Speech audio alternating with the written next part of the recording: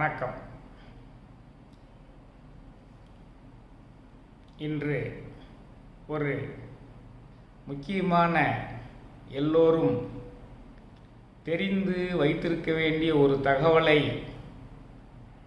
உங்களுடன் பகிர்ந்து கொள்ள வேண்டும் என்று நினைக்கிறேன். இறந்தவர்களுக்கு அவர்கள் ஆன்மா மோட்ச நிலையை அடைவதற்கு நாம் மோட்ச தீபம் ஏற்றுவதின் தாற்பயம் என்ன, எங்கு சென்று ஏற்ற வேண்டும், எப்படி அந்த வழிமுறைகளை செய்ய வேண்டும் என்பதை தெரிந்து கொண்டால் அன்பர்களுக்கு ஒரு செய்தியை தெரிந்தமாறு இருக்கும். தேவைப்படுபவர்களுக்கு அதை சொல்லலாம் என்ற நோக்கில் இறந்தவர்களுக்கான மோட்ச தீபம் என்று ஏற்ற வேண்டும், என்ற தேதியில் ஏற்ற வேண்டும், என்ற திதியில் ஏற்ற வேண்டும், எங்கு சென்று ஏற்ற வேண்டும், எப்படி அந்த இதை செய்ய வேண்டும் என்று சுருக்கமாக சொன்னால் நலமாக இருக்கும் என்று நினைக்கிறேன். நாம் ஒவ்வொருவரும் பிறக்கும் பொழுது நட்சத்திரம் மிகவும் முக்கியமானது, இறக்கும் பொழுது திதி மிகவும் முக்கியமானது. நாம் பிறந்த தேதியை மட்டும் குறித்து வைத்துக்கொண்டு அந்த தேதியிலேயே பிறந்த நாள் கொண்டாடுவது சரியான நேரமாக இருக்காது. பிறந்த நாளுக்கு நட்சத்திரம், இறந்த நாளுக்கு திதி என்பதுதான் நம்மளுடைய சாஸ்திரங்கள் சொல்கின்றன. ஒரு மகவு பிறக்கிறது என்றால் பிறந்த நட்சத்திரத்தை குறித்து கொள்ள வேண்டும். நீங்கள் அந்த நட்சத்திரத்தை குறித்து கொண்டால் அதன் அடிப்படையில் ஜாதகம் கணிக்கப்பட்டு அதனுடைய வாழ்நாளில் இந்த கிரகங்களினுடைய ஆளுமைகள் எந்தெந்த வருடங்கள் வருகின்றன என்பதை கணித்து அந்த கிரகங்களினுடைய இருப்பிடம், நீங்கள் பிறந்த லக்னத்தில் இருந்து எத்தனை டிகிரியில் இருக்கிறது அல்லது எந்த பாவத்தில் இருக்கிறது என்பதை பற்றி உங்களுடைய வாழ்க்கை செல்லக்கூடிய அந்த வழி நிலைகளையெல்லாம் தெரிந்து கொள்ளலாம். அது பிறந்த நாளுக்கு நட்சத்திரம் என்பதற்காக இதை சொல்கிறேன். இறந்த நாளுக்கு திதி. ஒருவர் இறந்து விட்டார் என்றால் அந்த இறந்த நேரத்தில் என்ன திதி ஓடுகிறது என்பதை கவனித்துக் கொள்ள வேண்டும். நீங்கள் காலண்டரை பார்த்தீர்களேயானால் அதில் அன்று எந்த திதி எவ்வளவு மணி வரைக்கும் இருக்கிறது என்று போட்டிருப்பார்கள். அதை நீங்கள் குறித்து வைத்து கொள்ள வேண்டும். அந்த திதி வளர்பிறை திதியா தேய்பிறை திதியா என்று பார்த்து கொள்ள வேண்டும். உதாரணமாக ஒருவர் என்று இருந்திருக்கிறார் என்று வைத்துக்கொண்டால் ஒரு தேதி ஒரு 27ஆம் தேதி வாக்கில் வருகிறது, டிசம்பர் மாதம் 27ஆம் தேதி என்று வைத்துக் கொள்ளுங்கள். அந்த தேதி வரக்கூடிய நாளில் திதி என்ன என்று பார்த்தீர்களேயானால் மார்கழி மாதம் வளர்பிறை அஷ்டமி திதி என்று வரும். இதே போல் ஒவ்வொரு நாளிலும் அந்த காலண்டரில் அந்த திதி போடப்பட்டிருக்கும். அப்போ ஒருவர் மார்கழி மாதம் வளர்பிறை அஷ்டமி திதியில் இறந்திருக்கிறார் என்றால் அதிலிருந்து 30 நாட்கள் எண்ணிக்கொண்டு வர வேண்டும். அதே மார்கழி மாதம் வளர்பிறை அஷ்டமி திதி தை மாதம் என்று வருகிறது என்று பார்க்க வேண்டும். அது சரியாக 30 நாளிலும் வரலாம். ஆங்கில கணக்குப்படி 29வது நாளிலும் வரலாம், 31வது நாளிலும் வரலாம். அந்த திதி தான் நம்மளுக்கு முக்கியம். அப்போ தை மாதம் வளர்பிறை அஷ்டமி திதியில் 30வது நாள் நம்மளுடைய சாஸ்திர முறைப்படி நிறைவு பெறுகிறது அந்த ஆன்மாவுக்கு என்று தெரிந்து கொண்டு அந்த நேரத்தில் நாம் அந்த இறந்த ஆத்மாவுக்கு மோட்ச தீபம் ஏற்ற வேண்டும். சரி, இதுதான் எப்பொழுது ஏற்ற வேண்டும் என்பதற்குரிய விஷயம். எங்கு சென்று ஏற்ற வேண்டும் என்றால் ஓம் திரியம்பகம் யஜாமகே சுகந்திம் புஷ்டிவர்தனம் உருவாருகமிவ பந்தனாத் மிருத்யோர் முக்ஷி யமாமிருதாத். ஓம் ஹ்ரீம் நமசிவாயா. இதான் மிருத்யுஞ்சு மந்திரம். அந்த மிருத்யுஞ்சு மந்திரம் என்ன சொல்லுது? வெள்ளரி செடி ஒன்று இருக்கிறது. அதில் வெள்ளரி பழம் ஒன்று நன்றாக பழுத்து முதிர்ந்து போயிருக்கிறது. அந்த வெள்ளரி பழம் தாங்கப்பட்டு இருக்கின்ற அந்த காம்பிற்கு வழி தெரியாமல் எப்படி கீழே உதிர்கிறதோ அவ்வாறு என்னுடைய ஆன்மா என்ற உயிரானது இறைவனிடம் சென்று சேர வேண்டும் என்கிறது தான் இந்த மிருத்யுஞ்சய மந்திரம். ஓம் திரியம்பகம் யஜாமகே சுகந்திம் புஷ்டிவர்தனம் உருவாருகமிவ பந்தனாத் மிருத்யோர் முக்ஷி யமாமிருதாத். ஓம் ஹ்ரீம் நமசிவாயா என்று முடித்து கொள்ள வேண்டும். அப்போ இது மிருத்யுஞ்சு மந்திரம் சிவனிடம் நாம் வேண்டுவதாக இருக்கிறது அல்லவா? அப்படி என்றால் நாம் மோட்ச தீபம் சிவத்தலங்களில் ஏதேனும் ஒரு தலத்தில் ஏற்றலாம். எல்லா கோயிலையும் ஏற்றலாமா? பாவ விமோசனம் பெறக்கூடிய ஸ்தலங்கள் என்று இருக்கின்றன. உதாரணமாக திருவண்ணாமலை, பாபநாசம், முக்கியமாக விருதுநகர் மாவட்டத்தில் அருப்புக்கோட்டையிலிருந்து 15 கிலோமீட்டர் தொலைவில் உள்ள திருச்சுழி என்ற ஊர்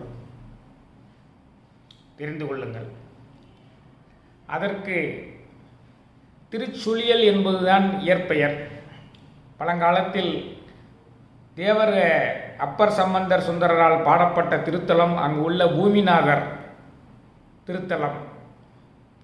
திருமேனிநாதர் என்ற பெயரும் அதற்கு உண்டு. அந்த தலத்தில் சென்று மோட்ச தீபம் ஏற்றினால் மிகவும் புண்ணியம். ஏனென்றால் அந்த தலத்தில் முன்னோர்கள் சாப விமோசனம் பெறுவதற்குரிய வலிமை இருக்கிறது என்று சாஸ்திரங்களில் சொல்லப்பட்டுள்ளது. அதை நம்மளுடைய தேவாரம் பாடலில் குறிப்பிடப்பட்டிருக்கிறது. ஆக அந்த திருச்சுழியல் என்று சொல்லக்கூடிய திருச்சுழிக்கு சென்று நீங்கள் நான் குறிப்பிட்டு சொன்ன அந்த இறந்த ஆத்மா எந்த திதியில் இறந்ததோ அடுத்த மாதத்தில் வரக்கூடிய அந்த திதியில் சரியாக வளர்பிறையா தேய்பிறையா என்று பார்த்து அந்த 30வது நாள் அது சரியாக வரும். அந்த திதியில் சொல்லி ஏற்ற வேண்டும். எப்படி ஏற்ற வேண்டும் என்று இப்பொழுது பார்க்க போகிறோம். எப்பொழுது ஏற்ற வேண்டும் என்று சொல்லியாகிவிட்டது. இது எப்படி ஏற்ற வேண்டும் என்றால், நீங்கள் இறைவனிடம் சென்று ஒரு விண்ணப்பம் செய்ய போகிறீர்கள் என்றுதான் இதற்கு அர்த்தம். என்னுடைய உறவினர் எனக்கு இந்த உறவாக உள்ளவர் இறந்து விட்டார், அவரை மோட்சத்திற்கு அழைத்து செல்லுங்கள் பரமாத்மாவை என்று அவரிடம் விண்ணப்பம் வைக்கப் போகிறோம். ஏனென்றால் ஆதி சிவன்தான் அதற்கு உரிய கடவுள். ருத்ரன் ஆக்கல் காத்தல் அழித்தல் என்பதில் ருத்ரன் தான் அந்த இலாக்காவை செய்து கொண்டு வருகிறார் அல்லவா? அப்பொழுது அந்த கோவிலுக்கு சென்று அதற்கு உரிய வழிபாடு செய்வதற்கு நீங்கள் இறைவனுக்கு ஒரு பெரிய மாலை வாங்க வேண்டும், இறைவிக்கு ஒரு பெரிய மாலை வாங்க வேண்டும். இந்த மோட்ச தீபம் ஏற்றுவதற்கு நெய் வாங்குவது மிகவும் உசிதமாக கருதப்படுகிறது. அவரவர்களுடைய வசதி தக்கவாறு அளவில் 1 லிட்டரோ 1/2 லிட்டரோ நெய், சுத்தமான நெய் வாங்கி கொள்ள வேண்டும். அதன் பிறகு அங்கு திருத்தலத்தில் சென்று மோட்ச தீபம் ஏற்ற வேண்டும் என்று சொன்னால் அந்த மோட்ச தீபம் டிக்கெட்டு, அனுமதி டிக்கெட் தருவார்கள். அதை வாங்கி கொண்டு அவர்கள் திறக்கக்கூடிய சிறு நெய் விளக்குகளை இறைவன் முன்னால் ஏற்றிவிட்டு அந்த மாலை எல்லாம் எடுத்துக்கொண்டு அந்த பூஜை செய்யக்கூடிய புரோகிதர் இருக்கக்கூடிய அந்த கருவறைக்கு சென்று மோட்ச தீபம் ஏற்ற வேண்டும் என்று சொன்னால் அவர் அந்த மாலையை இறைவனுக்கு சாத்தி இறைவனிடம் எந்த ஆத்மா மோட்சம் பெற வேண்டுமோ அந்த ஆத்மாவினுடைய பெயரை சொல்லி அதற்குரிய மந்திரங்களை சொல்லி அவரிடம் வேண்டுதல் செய்வார். அப்படி வேண்டுதல் செய்யும் பொழுது அந்த இறந்த ஆத்மாவினுடைய பெயரை மட்டும்தான் சொல்லணும். நீங்கள் வழக்கம் போல் கோயிலில் சொல்கிற மாதிரி குடும்பத்தில் உள்ளவங்க எல்லா பேரையும் சொல்லக்கூடாது. குறிப்பாக உயிரோடு இருக்கவங்க பேரெல்லாம் சொல்லிகிட்டு இருக்கக்கூடாது. அப்போது அந்த வழிபாடு செய்தவுடன் அப்படியே இறைவனிடம் வந்து இதை யார் செய்ய வேண்டும் என்றால் அந்த ஆத்மாவிற்கு யார் அந்த உடலத்திற்கு, அந்த பூத உடலத்திற்கு யார் கொல்லி வைத்திருக்கிறார்களோ அவர்தான் அந்த விண்ணப்பத்தை இறைவனிடம் முறையிட வேண்டும். அவர் மூலமாகத்தான் இந்த விண்ணப்பம் இறைவனுடைய காதுகளுக்கு போய் சென்று சேரும். அதன் பின்னர் அப்படியே வழிபாடு செய்துவிட்டு இறைவனுடைய தலத்திற்கு வந்து யார் இந்த மோட்ச தீபம் ஏற்றுவதற்காக கர்மம் செய்துவிட்டு யார் வந்திருக்கிறாரோ அவர் பெயரில் அந்த இறைவிக்கு வாங்கி வைத்திருக்கக்கூடிய மாலையெல்லாம் சாத்தி அந்த யார் கர்மம் செய்தார்களோ அவருடைய பெயருக்கு மட்டும் அர்ச்சனை செய்ய வேண்டும். இது எதற்கு என்றால், எந்த காரியம் நடைபெற வேண்டுமென்றால் அம்மையினுடைய அருள் தேவைப்படும்.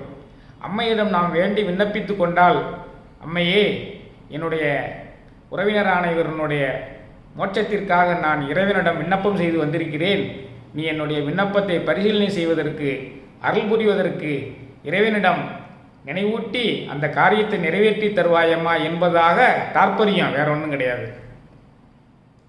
அவனே ஆதிசிவன், அவனே தாயுமானவன் தந்தையுமானவன், அவனிலேயே இறைவியும் இருக்கிறார் என்று இருந்தாலும், தன்னில் பாதியை அவன் இறைவிக்கே வழங்கியிருக்கிறான் என்று இருந்தாலும் இந்த வழிமுறைகள் பின்பற்றப்பட்டு வருகின்றன. அதை நாம் பின்பற்றினால் அந்த ஆத்மா தன்னுடைய பயணத்தை இந்த மண்ணுலகில் இருந்து விண்ணுலகிற்கு நல்ல முறையில் தொடங்கும் என்பது ஒரு நம்பிக்கை. ஆக இந்த காரியங்கள் எப்படி செய்ய வேண்டும் என்று தெரியாதவர்களுக்கு பயன்படட்டுமே என்ற ஒரு அடிப்படையில் தான் இந்த விஷயத்தை சொல்கிறேன். அதுக்கு முக்கியமானது இந்த திருச்சுழி என்ற தலம். ஆனால் பாபநாசம், திருநெல்வேலி மாவட்டத்தில் உள்ள பாபநாசம் திருத்தலத்திலும் திருவண்ணாமலையிலும் வேறு எங்கெல்லாம் சாப விமோசனம் பெறக்கூடிய தலங்கள் இருக்கிறதோ அங்கு எல்லாமே நாம் இதை செய்யலாம். சிவஸ்தலங்களில் தான் செய்ய வேண்டும்.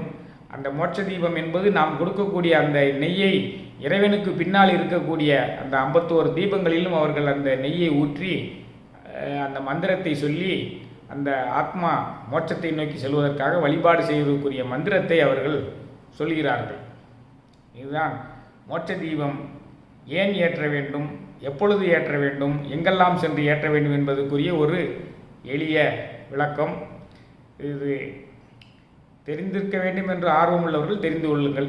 தெரிந்த செய்தியை பகிர்தல் என்பதுதானே தவிர இதில் வேறொன்றுமில்லை. மற்றும் ஒரு பதிவில் உங்களை சந்திக்கும் வரை உங்களிடமிருந்து விடைபெறுகிறேன். நன்றி, வணக்கம்.